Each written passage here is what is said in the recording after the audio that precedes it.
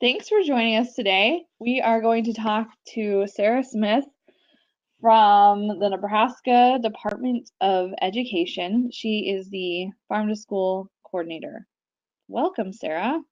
Hi, Kirsten. Thanks for having me. Yeah, we're really excited to chat with you today. I think just to start, let's just talk a little bit about what Farm to School is, and then we'll get into the topic of today's webinar, which is barriers to Farm to School. Does that sound Sure. good? Yep, Cool. that's great. Well, All so right. Farm to School is a national program, and each state looks a little bit different in how they focus on the different pieces of it, but the pieces are pretty much consistent nationally. So Farm to School, when we talk about that, there's three different pieces to the puzzle. So Farm to School activities could be along the lines of growing food in school gardens, whether they're indoor or outdoor containers or greenhouses. And then there's experiential education where maybe you're building in to your curriculum about local foods, agriculture, or growing food. And then the third piece of this is procurement.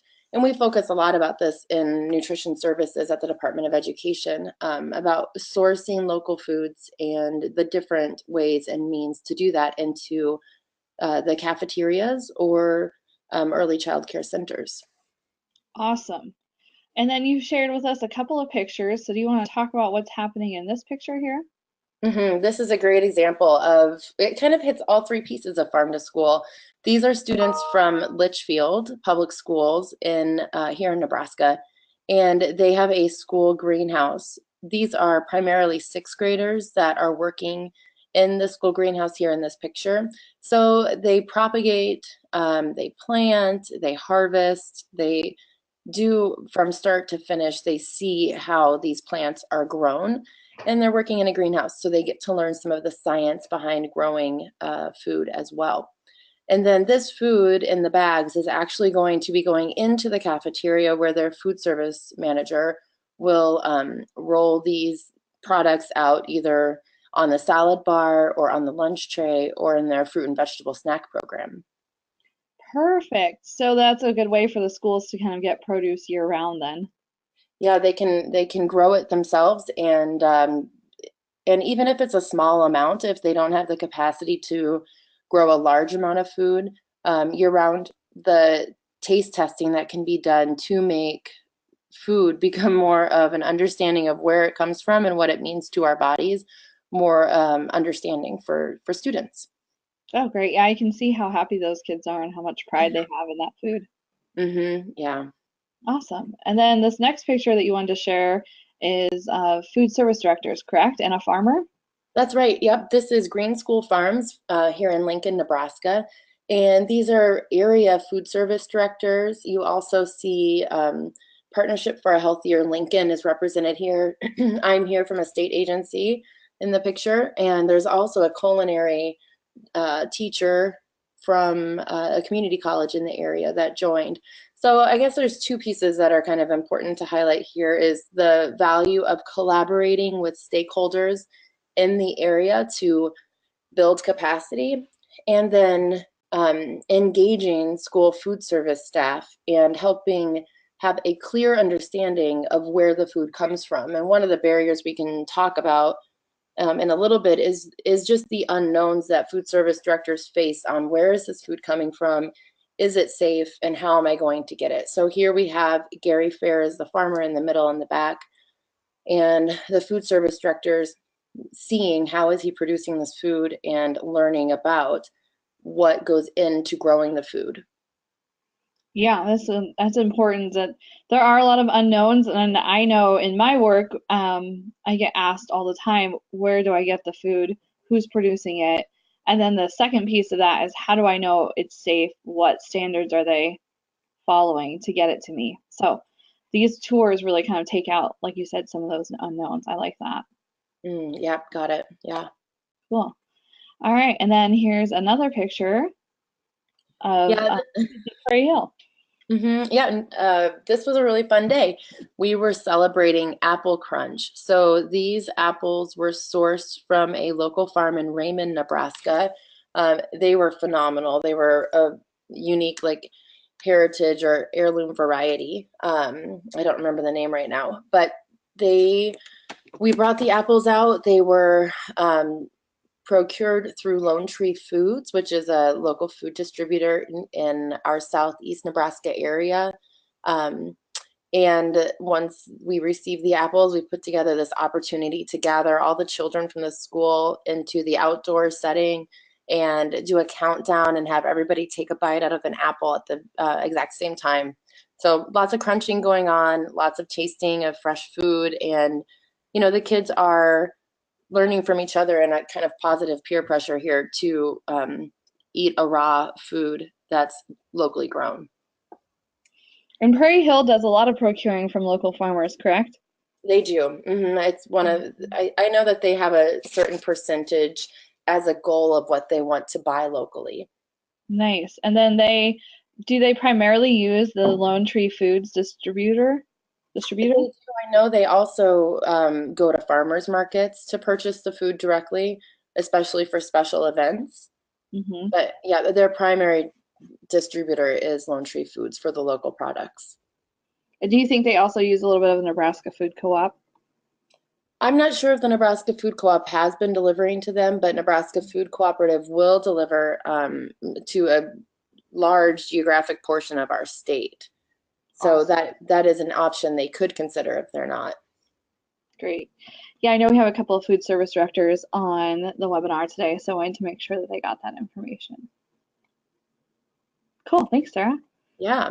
Well, now let's just dive into kind of chatting a little bit more about farm to school and maybe some of those barriers that kind of seem to like walls that people are hitting when they want to get farm to school in their districts, or if they're a food service director and they want to participate in farm to school. And I know you guys sent out a survey about it, so I definitely want to chat about that. But do you want to talk about this factoid that kind of like sets the reason why farm to school is so important?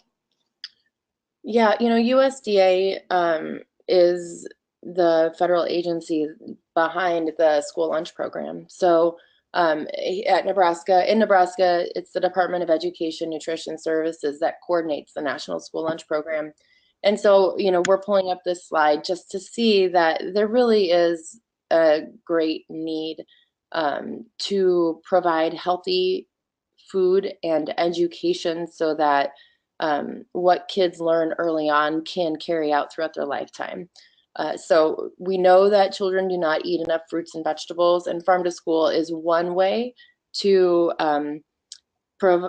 make it more normal to eat these types of food and learn about where food comes from, which is also important to sustaining that care and concern and lifestyle choice throughout adulthood.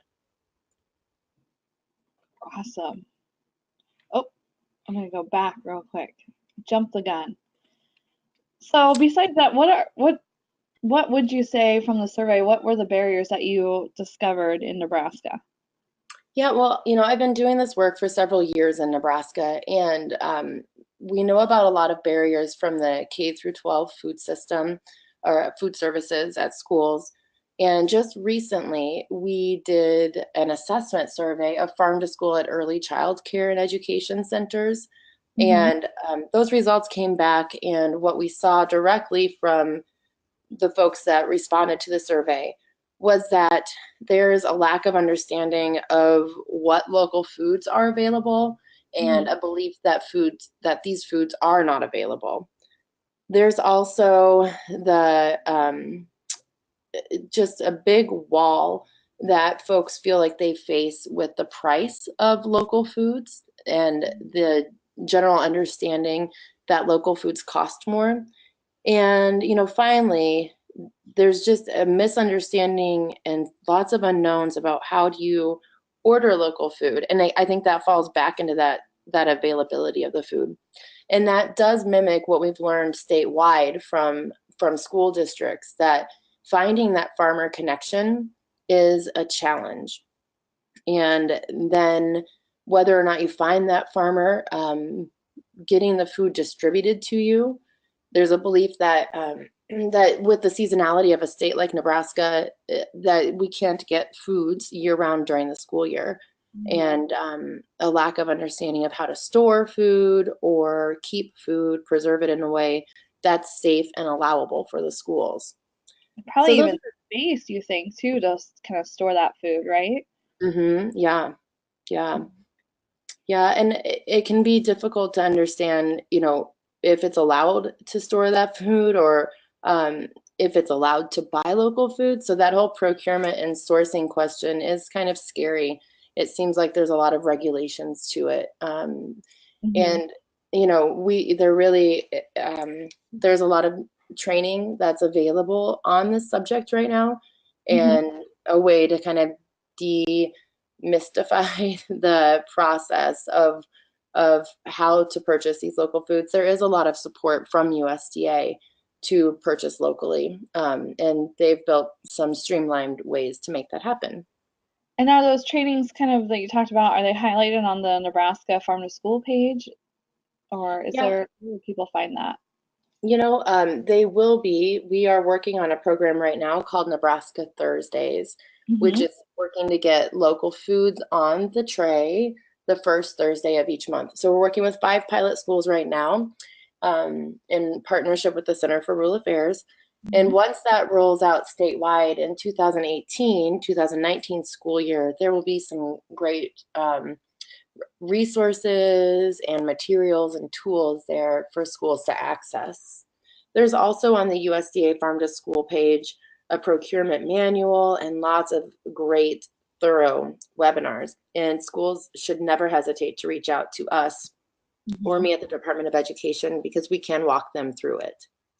Well, that's a great point, Sarah, is that we do have these resources either through the Center for Rural Affairs or through you at the Nebraska Department of Education. And each school has its different set of barriers, is what I've noticed too, and kind of the things I've done. And each school has its separate challenges, and sometimes doing that one-on-one consultation and that problem solving together can really be helpful for schools to kind of move forward in the process. I agree. Yeah, so it's great when we have folks reach out one on one and we're able to kind of walk them through the next steps of, what does it take to receive a donated beef? Or am I allowed to use school grown greenhouse? And how do we go about doing that? Is there curriculum for that? And we hold a lot of information and connections to help schools connect with the right folks to move forward on the path that's right for them. We're also seeing, like with this Nebraska Thursdays group, that when they're able to connect and talk together as schools working with a similar goal in mind to actually source local foods on a certain day of the month, they have this they're able to troubleshoot and talk about what's worked for them and what hasn't worked. And so, you know we really want to encourage folks to not work in a bubble and to reach out to fellow food service workers or ag educators or whoever, whatever their field is, and kind of build this network of people doing farm to school activities. Perfect. Yeah, I think that communication is the kind of key to overcoming barriers. It's just being able to talk with somebody and run things by them. So I'm glad that we're having this conversation today and we're able to connect everybody to these resources as well. Yeah, there's a lot happening in the state. So hopefully we can start learning more and more about the different projects and the impact they're having on our students and Yeah. teachers and the staff. Awesome. Well, thank you so much for joining us today, Sarah. You're welcome. Thank you, Kirsten. Yeah, and if anybody has any questions or would like to reach out to us, our emails are featured on this slide, and you can get in touch for that one-on-one consultation and problem solving and, you know, resources that you might need.